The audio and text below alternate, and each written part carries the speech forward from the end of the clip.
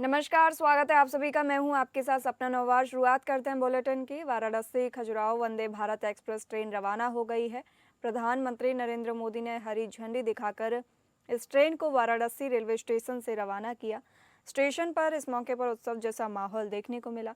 इस दौरान यात्रियों में भारी उत्साह देखा जा रहा है। प्लेटफॉर्म नंबर 8 के उस पार पीएम मोदी की एक झलक पाने को लोग बेताब नजर आ रहे हैं। इस दौरान प्रधानमंत्री नरेंद्र मोदी ने कहा कि काशी खजुराहो वंदे भारत के अलावा फिरोजपुर दिल्ली वंदे भारत, लखनऊ सहारनपुर वंदे भारत और एर्नाकुलम बेंगलुरु वंदे भारत ट्रेनों को भी आज हरी झंडी दिखाई गई है।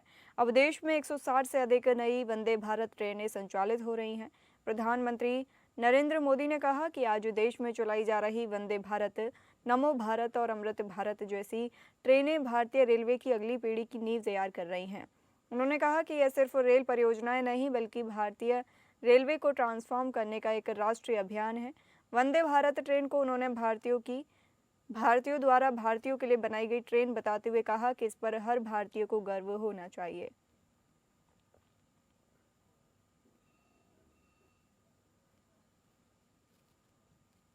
अब आज का दिन भी बड़ा शुभ है।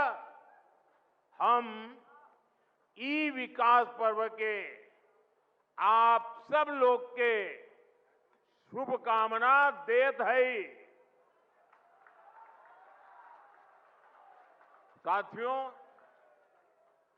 दुनिया भर के विकसित देशों में आर्थिक विकास का बहुत बड़ा कारण वहां का इंफ्रास्ट्रक्चर रहा है।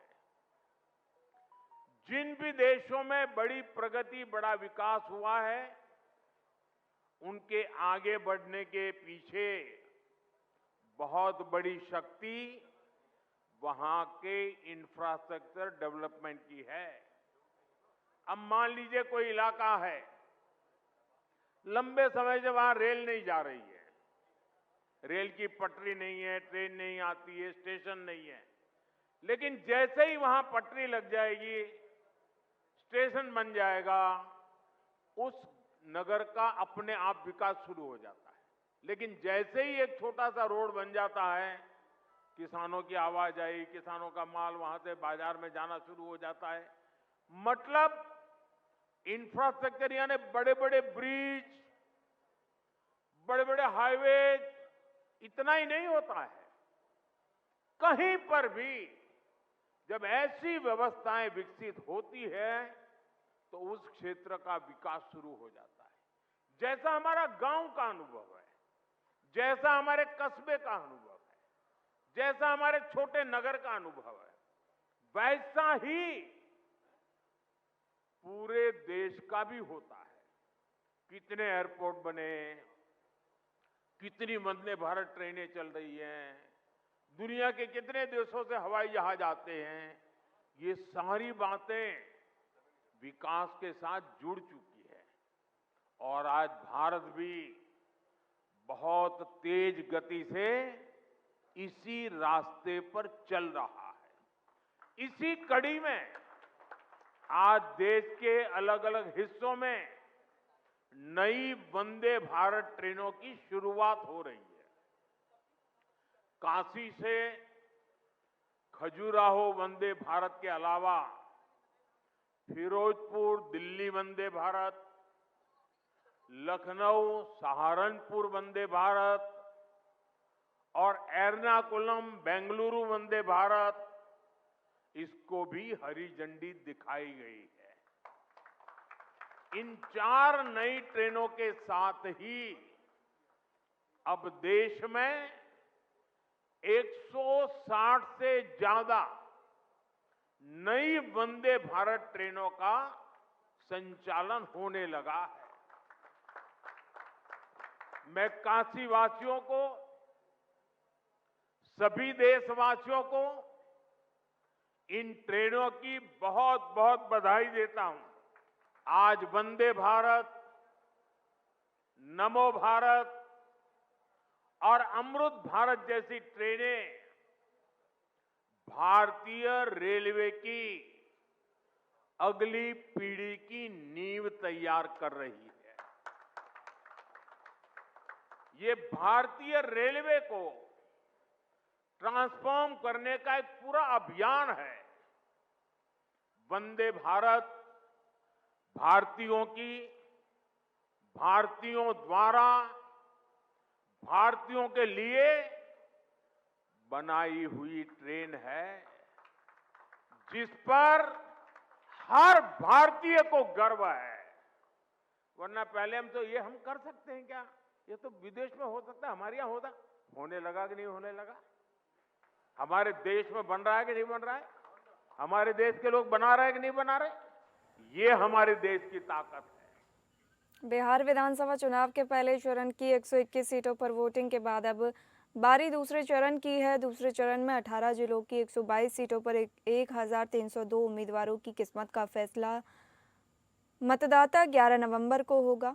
यही वजह है कि राजनीतिक दलों ने दूसरे चरण की सीटों पर प्रचार की ताकत झोंक दी है। दूसरे चरण में यूपी की सीमा से सटे बिहार की सीटों से लेकर चंपारण बेल्ट, मिथिलांचल और सीमांचल क्षेत्र की सीटें पर मतदान होगा। इस तरह पहले चरण में एनडीए की तरफ से नीतीश कुमार और जीतन राम मांझी की साख दांव पर लगी थी, तो दूसरे चरण में बीजेपी का असल इम्तिहान होना है। वहीं महागठबंधन में आरजेडी ही नहीं, कांग्रेस को भी साबित करने का चैलेंज होगा। तो असदुद्दीन ओवैसी को बिहार में अपनी साख बचाए रखने की चुनौती है। 2020 में ओवैसी ने इस चरण की सीटों पर जीतकर सभी को चौंका दिया था।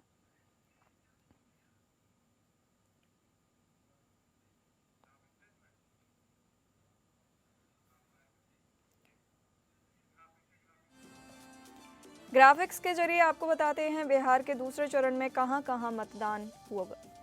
बिहार विधानसभा चुनाव के दूसरे चरण के लिए डाले जाएंगे वोट। दूसरे चरण में 18 जिलों की सीटों पर चुनाव है। दूसरे चरण में गयाजी जिले की 10 सीटों पर मतदान, कैमूर जिले की 4, रोहतास जिले की 7 सीटों पर डाले जाएंगे वोट, औरंगाबाद जिले की 6, अरवल जिले की 2 सीटों पर मतदान, जहानाबाद की जिले की 3, नवादा जिले की 5 सीटों पर डाले जाएंगे वोट, भागलपुर जिले की 7, बांका जिले की 5 सीटों पर मतदान, जमुई जिले की 4, सीतामढ़ी जिले की 8, शिवहर जिले की 1 सीट पर मतदान, मधुबनी जिले की 10, सुपौल जिले की 5 सीटों पर डाले जाएंगे, पूर्णिया जिले की 7, अररिया जिले की 6 सीटों पर मतदान, कटिहार जिले की 7, किशनगंज जिले की 4 सीटों पर वोट डाले जाएंगे, पूर्वी चंपारण जिले की 12 सीटों पर मतदान, पश्चिमी चंपारण जिले की 9 विधानसभा सीटों पर डाले जाएंगे वोट।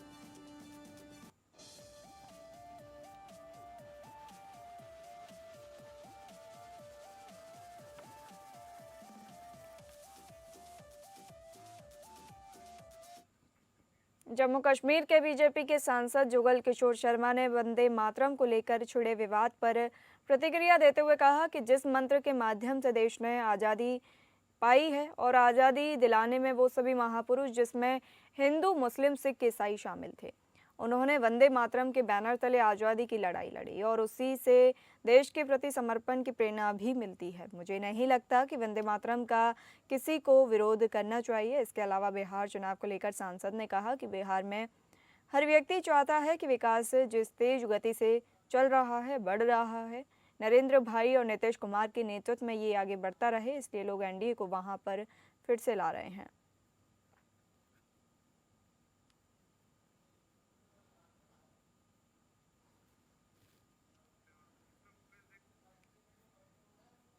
बताते चले, जम्मू कश्मीर के बीजेपी के सांसद जुगल किशोर शर्मा ने वंदे मातरम को लेकर छिड़े विवाद पर प्रतिक्रिया देते हुए कहा कि जिस मंत्र के माध्यम से देश ने आज़ादी पाई है, आज़ादी दिलाने में वो सभी महापुरुष जिसमें हिंदू, मुस्लिम, सिख, ईसाई शामिल थे, उन्होंने वंदे मातरम के बैनर तले आज़ादी की लड़ाई लड़ी और उसी से देश के प्रति समर्पण की प्रेरणा भी मिलती है। मुझे नहीं लगता कि वंदे मातरम का किसी को विरोध करना चाहिए।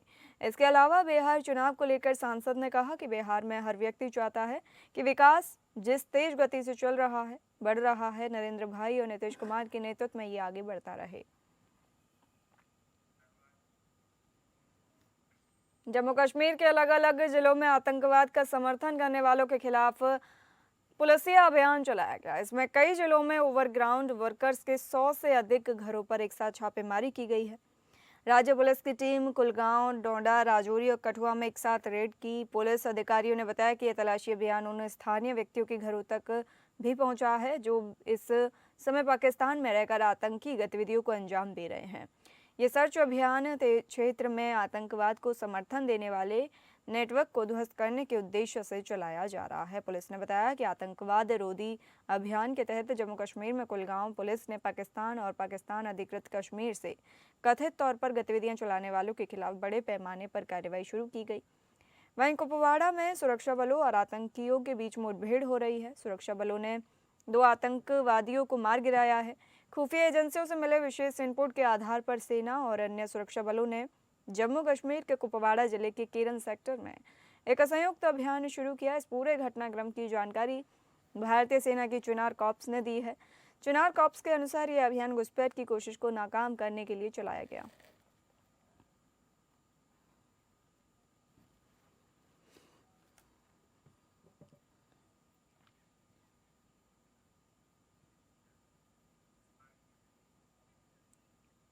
महाराष्ट्र के अहिल्यानगर में पार्थ पवार के जमीन संबंधित गड़बड़ी मामले में वरिष्ठ समाजसेवी अन्ना हजारे ने अपनी प्रतिक्रिया दी है।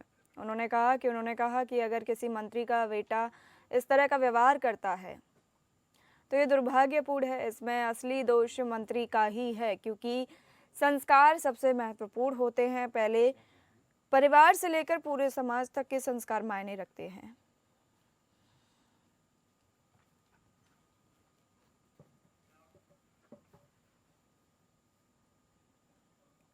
महाराष्ट्र के अहिल्यानगर में पार्थ पवार के जमीन संबंधित गड़बड़ी मामले में वरिष्ठ समाजसेवी अन्ना हजारे ने अपनी प्रतिक्रिया दी। उन्होंने कहा कि अगर किसी मंत्री का बेटा इस तरह का व्यवहार करता है तो ये दुर्भाग्यपूर्ण है। इसमें असली दोष मंत्री का ही है, क्योंकि संस्कार सबसे महत्वपूर्ण होते हैं। पहले परिवार से लेकर पूरे समाज तक ये संस्कार मायने रखते हैं। मानव जीवन सिर्फ खाने पीने और ऐश आराम करने के लिए नहीं होता। ऐसे मामलों में कार्रवाई होनी चाहिए।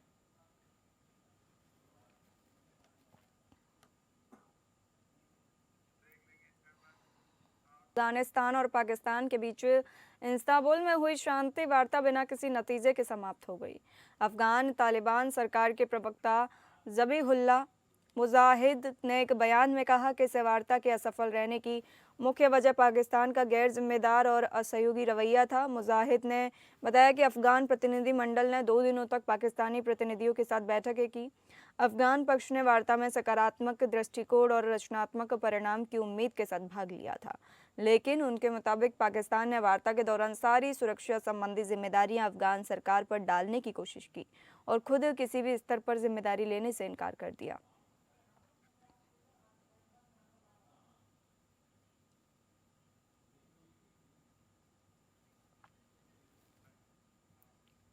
अंतर्राष्ट्रीय क्रिकेट परिषद आईसीसी ने भारत और पाकिस्तान के बीच एशिया कप 2025 के बाद उत्पन्न ट्रॉफी विवाद को सुलझाने के लिए विशेष समिति गठन की है। टेलीकॉम एशिया स्पोर्ट की रिपोर्ट के मुताबिक इस समिति का नेतृत्व ओमान क्रिकेट बोर्ड के चेयरमैन पंकज खिमजी करेंगे। खिमजी को दोनों क्रिकेट बोर्डों के नज़दीकी माना जाता है और वो पहले भी कई विवादों में मध्यस्थता कर चुके हैं। रिपोर्ट के मुताबिक बीसीसीआई ने ये मुद्दा आईसीसी की बोर्ड मीटिंग में उठाया, जिसके बाद वैश्विक संस्था ने पहली बार इस मसले में हस्तक्षेप करने का निर्णय लिया।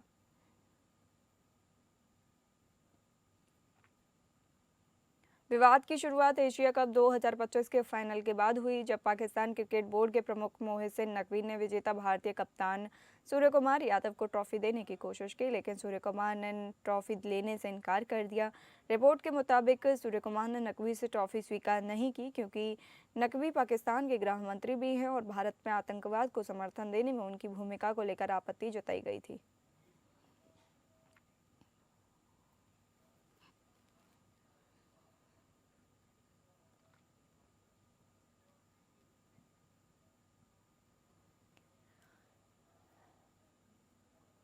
रिपोर्ट के मुताबिक सूर्य कुमार ने नकवी से ट्रॉफी स्वीकार नहीं की, क्योंकि नकवी पाकिस्तान के गृह मंत्री भी हैं और भारत में आतंकवाद को समर्थन देने में उनकी भूमिका को लेकर आपत्ति जताई गई थी। इस पर नकवी ने कहा कि एशियन क्रिकेट काउंसिल के अध्यक्ष होने के नाते ट्रॉफी देने का अधिकार केवल उन्हीं को है।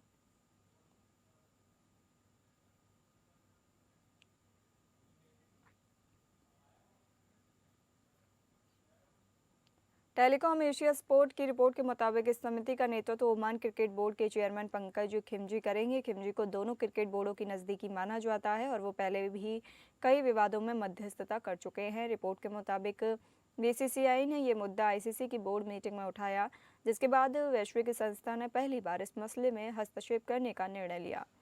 विवाद की शुरुआत एशिया कप 2025 के फाइनल के बाद हुई, जब पाकिस्तान क्रिकेट बोर्ड के प्रमुख मोहसिन नकवी ने विजेता भारतीय कप्तान सूर्य कुमार यादव को ट्रॉफी देने की कोशिश की।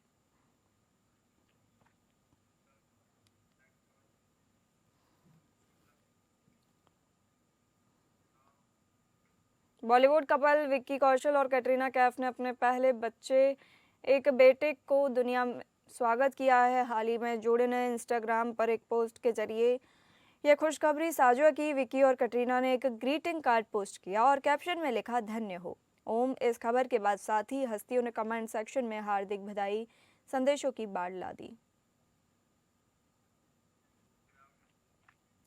बता दें, बॉलीवुड कपल विक्की कौशल और कैटरीना कैफ ने अपने पहले बच्चे एक बेटे को दुनिया में स्वागत किया है। हाल ही में इस जोड़े ने इंस्टाग्राम पर एक पोस्ट के जरिए यह खुशखबरी साझा की। विक्की और कैटरीना ने ग्रीटिंग कार्ड पोस्ट किया और कैप्शन में लिखा, धन्य हो ओम। इस खबर के बाद साथ ही हस्तियों ने कमेंट सेक्शन में हार्दिक बधाई संदेशों की बाढ़ ला दी।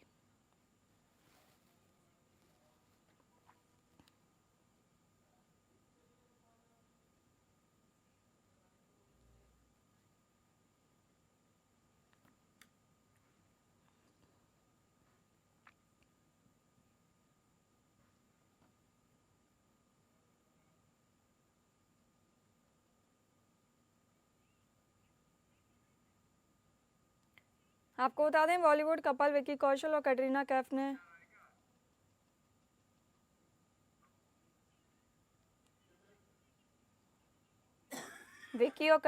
ग्रीटिंग कार्ड पोस्ट किया और कैप्शन में लिखा, धन्य हो ओम। इस खबर के बाद साथ ही हस्तियों ने कमेंट सेक्शन में।